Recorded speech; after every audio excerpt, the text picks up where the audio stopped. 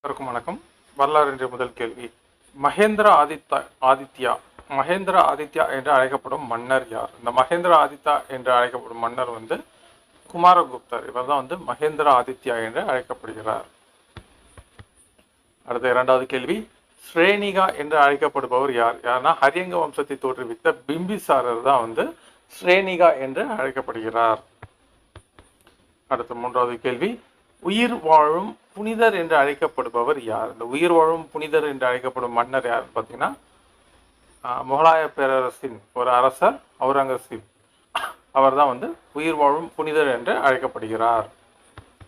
அடுத்து கட்டிடக்கலையின் இளவரசர் என்று அழைக்கப்படுபவர் யார்? யாருன்னா ஷாஜஹான். அதே நேரத்தில் ஓவியக்கலையின் இளவரசர் என்று அழைக்கப்படுபவர் இவருடைய தந்தையான ஜஹாங்கீர். அக்பரின் முன்னோடி என்று அழைக்கப்படும் அரசர் யார்? இந்த அக்பரின் முன்னோடி என்று அழைக்கப்படும் அரசர் யாருன்னு பார்த்தீங்கன்னா ஷெர்ஷா வம்சத்து ஷெர்ஷா அப்படின்ற மன்னர் ஷெர்ஷா சூரி. இவருடைய பட்டப்பேர் இயற்பேர் ஷேர்கான்.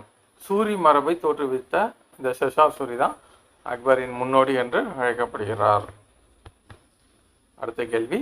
இரண்டாம் அலெக்சாண்டர் என்று அழைக்கப்படும் மன்னர் யார்? அவ்வாறு தனது நாணயங்களில் பேரை பொறிச்சுக்கிட்டார். யாருன்னா அலாவுதீன் கில்ஜி வம்சத்தின் அரசன் அலாவுதீன் கில்ஜி தான் இரண்டாம் அலெக்சாண்டர் என்று அழைக்கப்படுகிறார்.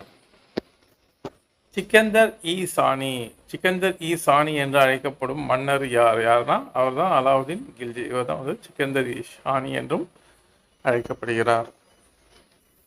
முக்கியமான கேள்வி.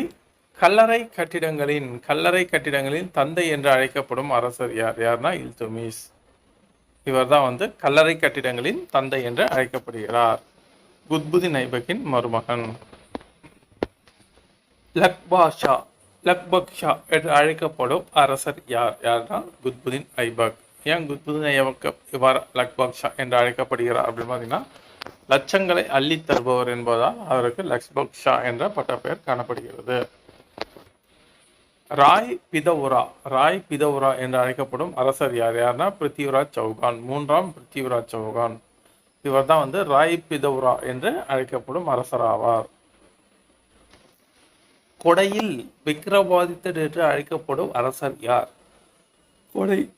அதுல விக்ரமாதித்தன் என்று அழைக்கப்படும் அரசர் அமோக வர்ஷா. கொடையில் விக்ரமாதித்தன் என்று அழைக்கப்படும் அரசன் அமோக வர்ஷா. சாகரி விக்ரமாதித்யன் என்ற பட்டத்தை பெற்ற அரசர் யார்? யார்னா இரண்டாம் சந்திரகுப்தர். இவர் தான் சாகரி மற்றும் விக்ரமாதித்யா என்று அழைக்கப்படுகிறார். குப்த பேரரசில் சிறந்த அரசர் சமுத்திரகுப்தர். பட்டப்பெயர்களில் கீழ்கண்டவற்றுள் இல்லாதது எது? ஏன்னா மேற்கொண்டிய மூன்றுமே அவருடைய பெயர் தான். இந்திய நெப்போலியன், கவிராஜா, விக்ரமாக இதெல்லாமே குப்த பேரரசின் சிறந்த அரசர் சமுத்திரகுப்தரின் பட்டப்பெயர்களாகும். கீழ்கண்டவற்றுள் கேரள புத்திரர்கள் என்று அழைக்கப்படுபவர்கள் யார்? கேரளா புத்திரர்கள் என்று அழைக்கப்படுபவர்கள் யாருன்னு பார்த்தீங்கன்னா சேரர்கள். இந்த சேரளம் அப்படின்ட்டு மாறியதாக தகவல்கள் தெரிவிக்கின்றன.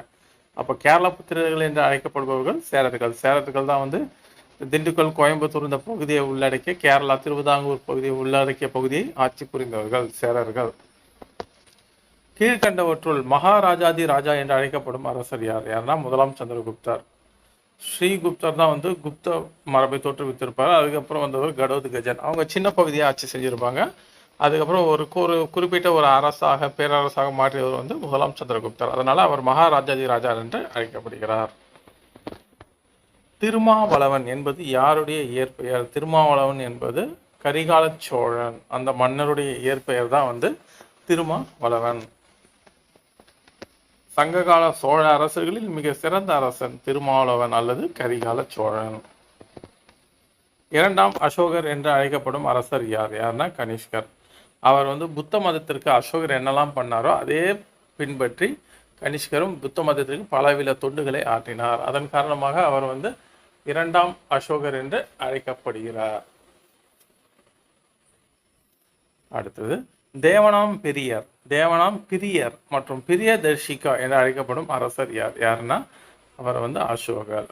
பிந்துசாரரின் புதல்வரான அசோகர் தான் வந்து தேவனாம்பிரியர் மற்றும் பிரியதர்ஷிகர் என்று அழைக்கப்படுகிறார். அமிர்த கதா என்று அழைக்கப்படும் அரசர் யாருன்னா அவர் தான் வந்து பிம்பிசாரர். அசோகருடைய தந்தையான பிம்பிசாரர் தான் வந்து அமிர்த கதா. அதனுடைய பொருள் என்னன்னு பார்த்தீங்கன்னா எதிரிகளை அழிப்பவன் என்று பொருள். அமிர்த கதா என்பதற்கு எதிரிகளை அழிப்பவன். நன்றி.